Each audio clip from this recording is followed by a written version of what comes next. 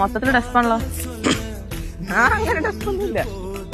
ഞാനപ്പോ ബാംഗ്ലൂര് കസിന്റെ വീട്ടിലാണോ സ്റ്റേ ചെയ്യുന്നത്? അവിടെ ഒരു കമ്പനിയിൽ ഏതെങ്കിലും ജോലി നോക്കണം.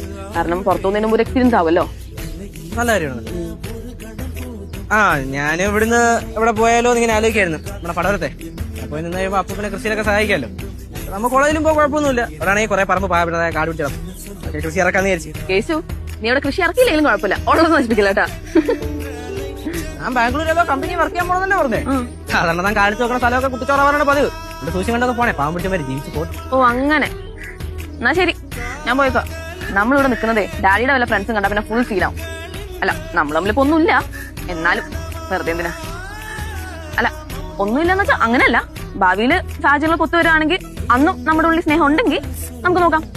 ഓക്കെ? നീ ഓക്കെ അല്ലേ? ഓക്കെ അല്ലേ? ഞാൻ ഓക്കെ, എനിക്ക് കുഴപ്പമൊന്നുമില്ലല്ലോ.